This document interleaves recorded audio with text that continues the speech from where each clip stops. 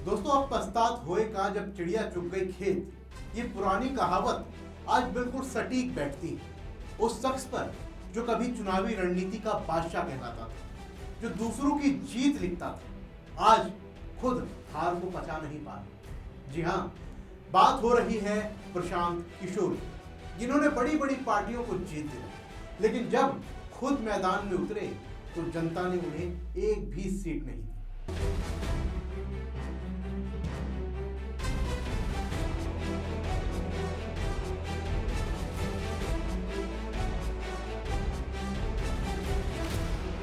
और अब हार के गेम में वो सुप्रीम कोर्ट पहुंच गए, वो भी पूरा बिहार चुनाव ही रद्द करवाने की मांग को लेकर। लेकिन आज सुप्रीम कोर्ट ने जो कहा वो सिर्फ एक कानूनी फैसला नहीं था, वो एक आईना था। आईना जिसमें प्रशांत किशोर और उनकी जन स्वराज पार्टी का चेहरा साफ साफ दिख गया। नमस्कार, मेरा नाम है शुभम गुप्ता और आप देखना शुरू कर चुके हैं पीके न्यूज। आज हम ठीक से समझेंगे दोस्तों कि कोर्ट में क्या क्या हुआ, क्यों हुआ और इस पूरे प्रकरण की गहराई क्या है। दोस्तों, चीफ जस्टिस सूर्यकांत और जस्टिस जॉय माल्या बागची की बेंच के सामने जन स्वराज पार्टी की याचिका थी। याचिका में मांग थी कि बिहार विधानसभा चुनाव 2025 को अवैध घोषित किया जाए, उसे रद्द किया जाए और नए सिरे से चुनाव कराया जाए। वजह सरकार की एक कल्याणकारी योजना का कथित दुरुपयोग। योजना थी मुख्यमंत्री महिला रोजगार योजना। इसके तहत महिलाओं के खाते में 10-10 हजार रुपए ट्रांसफर किए गए और ये ट्रांसफर तब हुए जब आचार संहिता लागू थी। जन स्वराज का कहना था कि ये मतदाताओं को लुभाने की कोशिश थी, वोट खरीदने की कोशिश थी। याचिकाकर्ता की तरफ से सीनियर एडवोकेट चंदर उदय सिंह दलीलें रख रहे थे। उन्होंने कहा ये सोची समझी रणनीति थी। चुनाव से ठीक पहले योजना घोषित की गई, आचार संहिता के दौरान पैसे ट्रांसफर किए गए। बिहार जैसे कर्ज में डूबे राज्य में ये खैरात थी। 35 लाख से ज्यादा महिलाएं अचानक योजना में शामिल हो गई। ये स्तर खेल का मैदान बराबर नहीं रखता। लेकिन दोस्तों, चीफ जस्टिस ने जो जवाब दिया वो सुनकर याचिकाकर्ता के वकील भी चुप हो गए। सीबीआई ने पूछा, आपको कितने वोट मिले?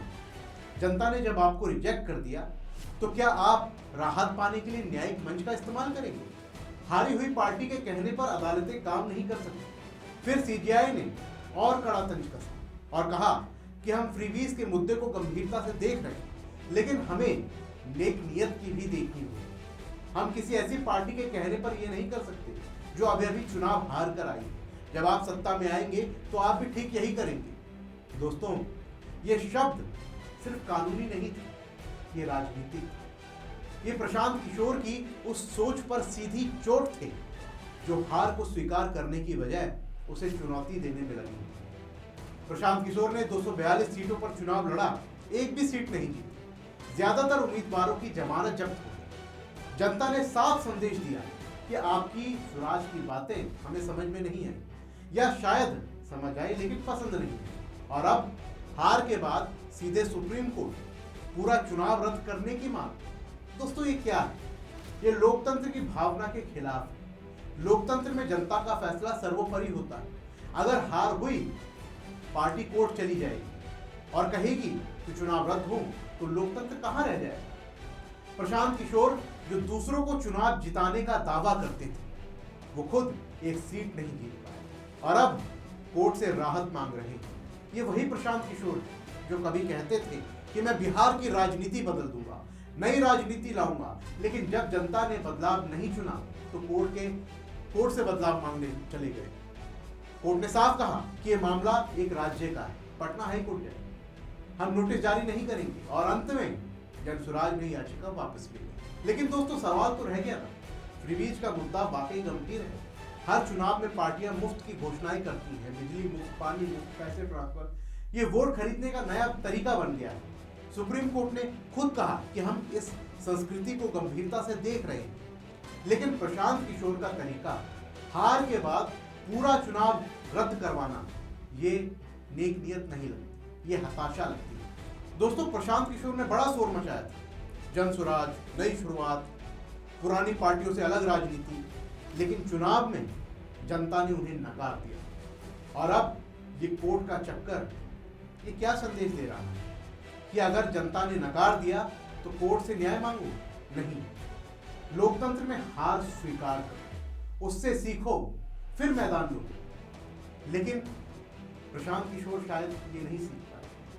वो जो दूसरों को स्ट्रेटेजी सिखाते थे, उनकी खुद की स्ट्रेटेजी अब फेल हो गई है और अब पछतावा हो रहा है। लेकिन अब पछतात होएगा जब चिड़िया चुप गई खेल।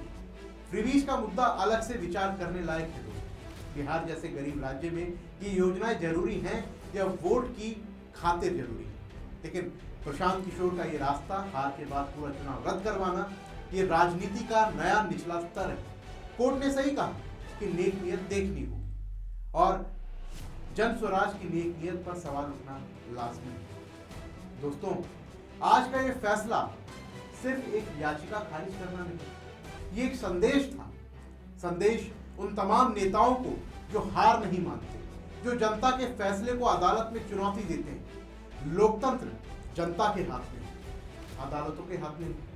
प्रशांत किशोर को यह समझना होगा, वरना उनकी स्वराज की बातें सिर्फ शोर बनकर रह जाएंगी। और दोस्तों, आप क्या सोचते हैं?